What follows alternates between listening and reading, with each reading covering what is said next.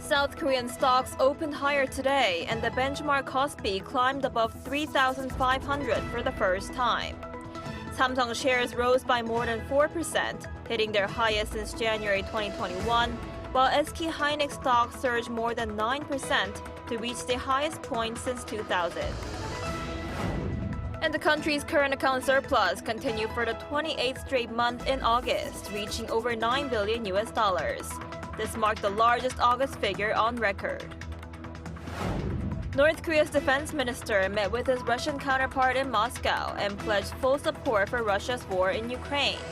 Meanwhile, at the United Nations, Russia defended the North's nuclear stance, saying the regime's possession of nuclear arms is an open secret. Hello and thanks for joining us on Arirang News. We begin today with South Korean stocks, which opened higher this morning. The benchmark KOSPI broke the 3,500 mark for the first time, just a day before the nation's extended Chuseok holiday. According to the Korea Exchange, the index opened at 3,525.48, up 2% from the previous session as markets brushed aside U.S. government shutdown fears and with tech stocks leading the rally. Samsung Electronics shares jumped more than 4% to its highest since 2021, while SK hynix stocks soared over 9%, its strongest showing in 25 years. And the country's current account surplus continued for the 28th straight month in August. The Bank of Korea said on Thursday that the surplus reached $9.15 billion in August, marking the largest August figure on record, and adding to the second largest surplus streak since the 2000s. This was driven by a sharper drop in imports than exports and a decline in energy prices. Also, from January to August, the cumulative surplus was about 24% higher than during the same period last year. And inflation also picked up in South Korea as consumer prices, a key gauge of inflation, grew by more than 2% last month. The Ministry of Data and Statistics said on Thursday that consumer prices rose 2.1% in September compared to a year earlier. The figure, which had been in the 2% range in June and July, dropped to 1.7% in August, mainly because of temporary discounts by SK Telecom following a major data breach. Processed food prices climbed more than 4% in September, with coffee in particular surging over 15%. Prices of livestock rose by more than 5% and fishery products by more than 6%, further driving inflation. And over in the United States, the federal government entered into the first day of shutdown. Both the Republicans and Democrats are blaming each other for the shutdown, while market investors expressed hope that the closure will be short-lived and cause little damage to the economy. Our Lee Seung-jae reports. The United States federal government has entered a partial shutdown after Congress failed to agree on a new budget due to disputes over health insurance subsidies. The shutdown began on Wednesday, forcing several public institutions and tourist attractions to close their doors and causing inconvenience for citizens across the country. Over in Washington, D.C., iconic landmarks, including the Washington Monument, the National Archives, the U.S. Botanic Garden, and even the Library of Congress have already shut down. While the impact on the first day was limited, analysts warn that the consequences could intensify after October 6th, once the weekend has passed. Under shutdown rules, employees in essential sectors such as defense, law enforcement, and air traffic control will continue working. But hundreds of thousands of non-essential federal workers are being placed on unpaid leave. The Congressional Budget Office estimates that roughly 750,000 employees, or about 35% of the federal workforce, will be furloughed. Those who remain on the job will eventually receive back pay, but only once the shutdown comes to an end. Both parties are pointing fingers. The Democrats accuse Republicans of holding the budget hostage, while the Republicans blame Democrats for refusing to compromise. What they have done instead is to shut down the government because we won't give billions of dollars to health care funding for illegal aliens. That is. Republicans control the House and the Senate, and there's a Republican president. If the government shuts down, it's because Republicans want to shut the government down. Meanwhile, Wall Street appears cautiously optimistic. The S&P 500 closed at a record high on Wednesday as traders expressed hope that the shutdown would be short-lived and cause little damage to the economy. Historically, markets have weathered government shutdowns without much turmoil. But some analysts caution that this time could be different, given a range of economic pressures already weighing on the U.S. economy. As the days pass, the question remains, will lawmakers find common ground quickly, or will Americans face a prolonged shutdown that disrupts daily life and risks a broader economic fallout? 이승재, Arirang News. In other news, Russia and North Korea are deepening their ties both on the battlefield and in diplomacy. In Moscow, the two pledged stronger ties, and at the United Nations, Moscow defended Pyongyang's nuclear stance. Our Pyongyang reports. On Wednesday, North Korean Defense Minister Ro Kang-chol met with his Russian counterpart, Andrei Belousov, and pledged full support for Russia's war in Ukraine, calling it a defense of sovereignty and territorial integrity. The two ministers then attended the unveiling of a monument honoring North Korean partisans who fought alongside Soviet troops in World War II. Russia called it a symbol of brotherhood forged in fire and blood.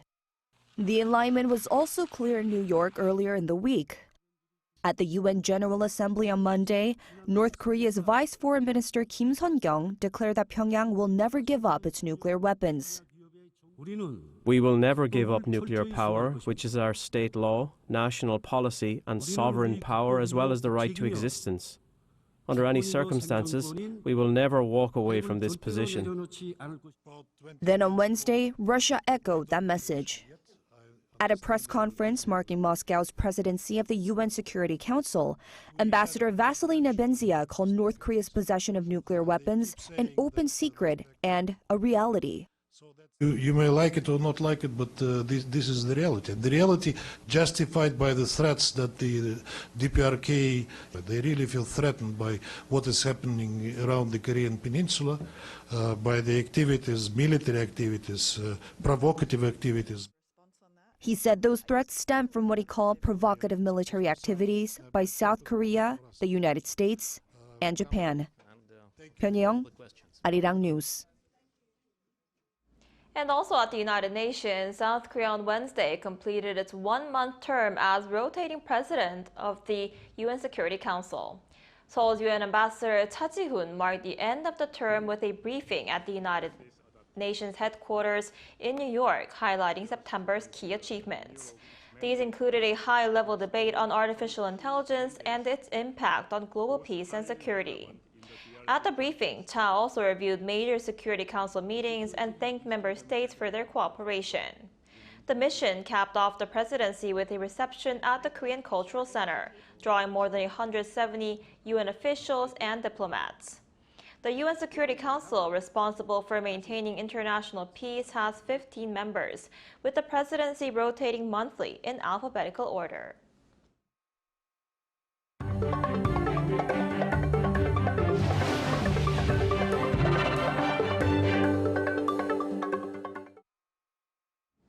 South Korean President Lee Jae-myung has vowed to secure the safety of overseas Koreans, noting the importance of working together with them at a time of emerging challenges.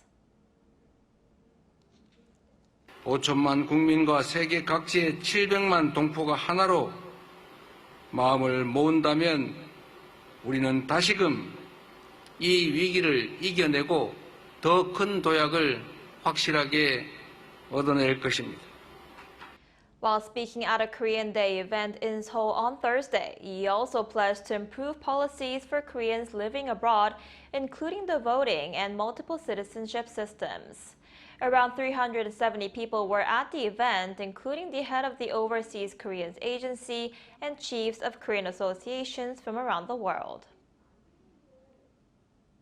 Meanwhile, South Korea has launched a new organization to further enhance the country's cultural sector. The Presidential Committee on Popular Culture Exchange aims to be a platform to drive the country's popular culture beyond borders. Our An Sung-jit reports. South Korea has launched a new committee to reinforce the country as a true global cultural powerhouse, the Presidential Committee on Popular Culture Exchange, with the aim of enhancing public and private sector collaboration to strengthen the country's cultural foundations. It also aims to bring together the policy capabilities of various government ministries and utilize the creativity and expertise of the private sector. 대한민국과 세계를 잇는 가교로서 교류 협력의 확대와 관련 산업의 성장까지 함께 이룰 수 있도록 큰 역할 해주시기를 부탁드립니다. The committee will be co-chaired by Choi Hee-young, the culture minister, and Park Jin-young, producer and CEO of JYP Entertainment. And at the inauguration ceremony on Wednesday, President Lee further added that the government will actively support efforts for K-pop to emerge as a core industry, driving the future of the Korean economy. Alongside ministry leaders, 26 members from the private sector will also be a part of the 7 subcommittees, which are divided by music, gaming, webtoon, film, lifestyle, investment, and policy.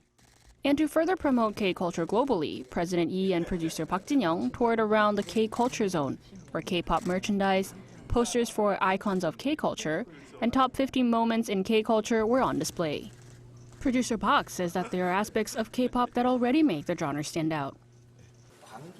K-pop audiences can become one. They're not just observers, but participants. K-pop is different because it uses synchronized light sticks that become an integral part of the performance. The inauguration ceremony was further continued with celebratory performances from K-pop artists LE SSERAFIM and Stray Kids. Their performances incorporated traditional elements, including the lion dance and taekwondo, to further cultivate the pride of Korean popular culture. The Presidential Committee on Popular Culture Exchange, a stepping stone for the ongoing growth of Korea's popular culture to further stretch out to the world. An Sung-jin, Arirang News.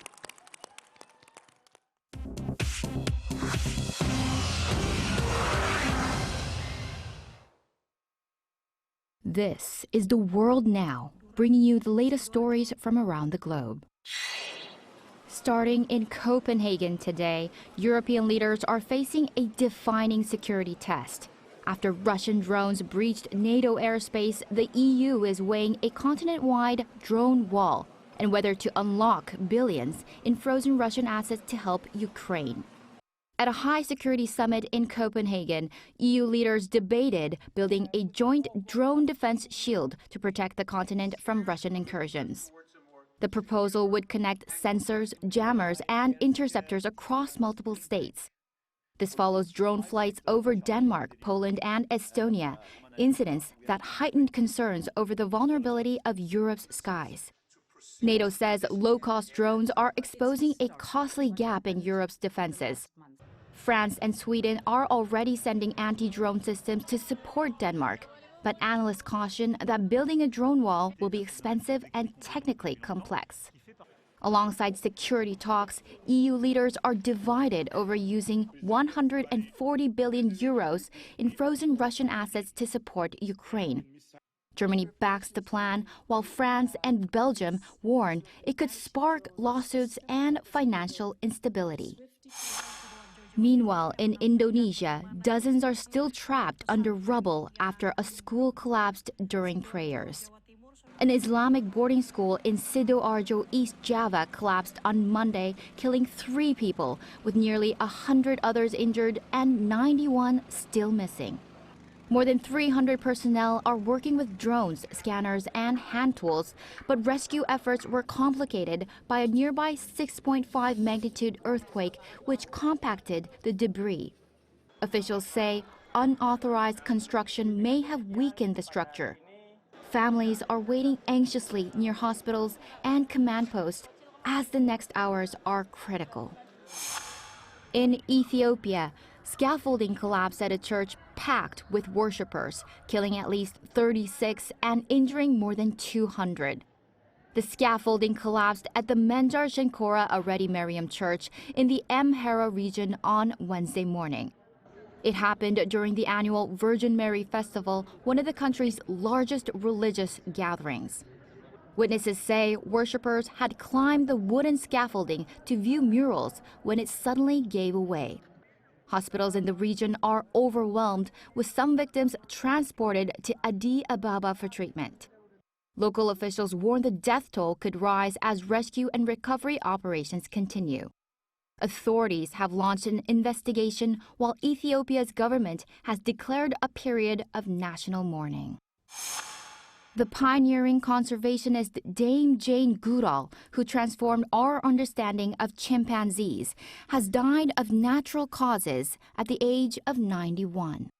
Goodall revolutionized primate science with her fieldwork in Tanzania, documenting chimpanzees using tools, forging social bonds, and showing emotions once thought to be uniquely human.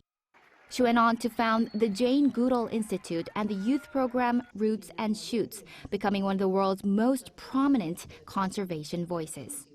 Tributes to her are pouring in from scientists, political leaders, and environmental groups, praising her as a trailblazer whose work reshaped both research and activism. Chu Ji-hyun, Arirang News.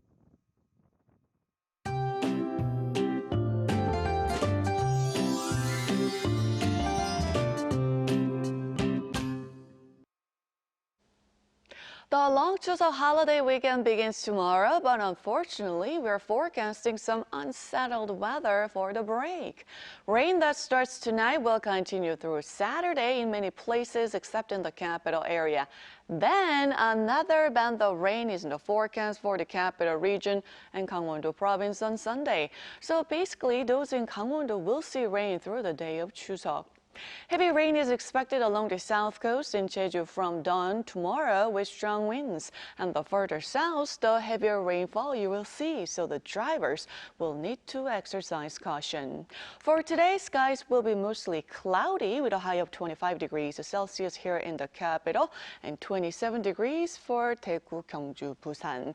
Meanwhile, the rain expected in the capital region between Sunday and Monday is forecast to be light, so we should be able to catch a glimpse of the full moon through the passing clouds on the day of Chuseok.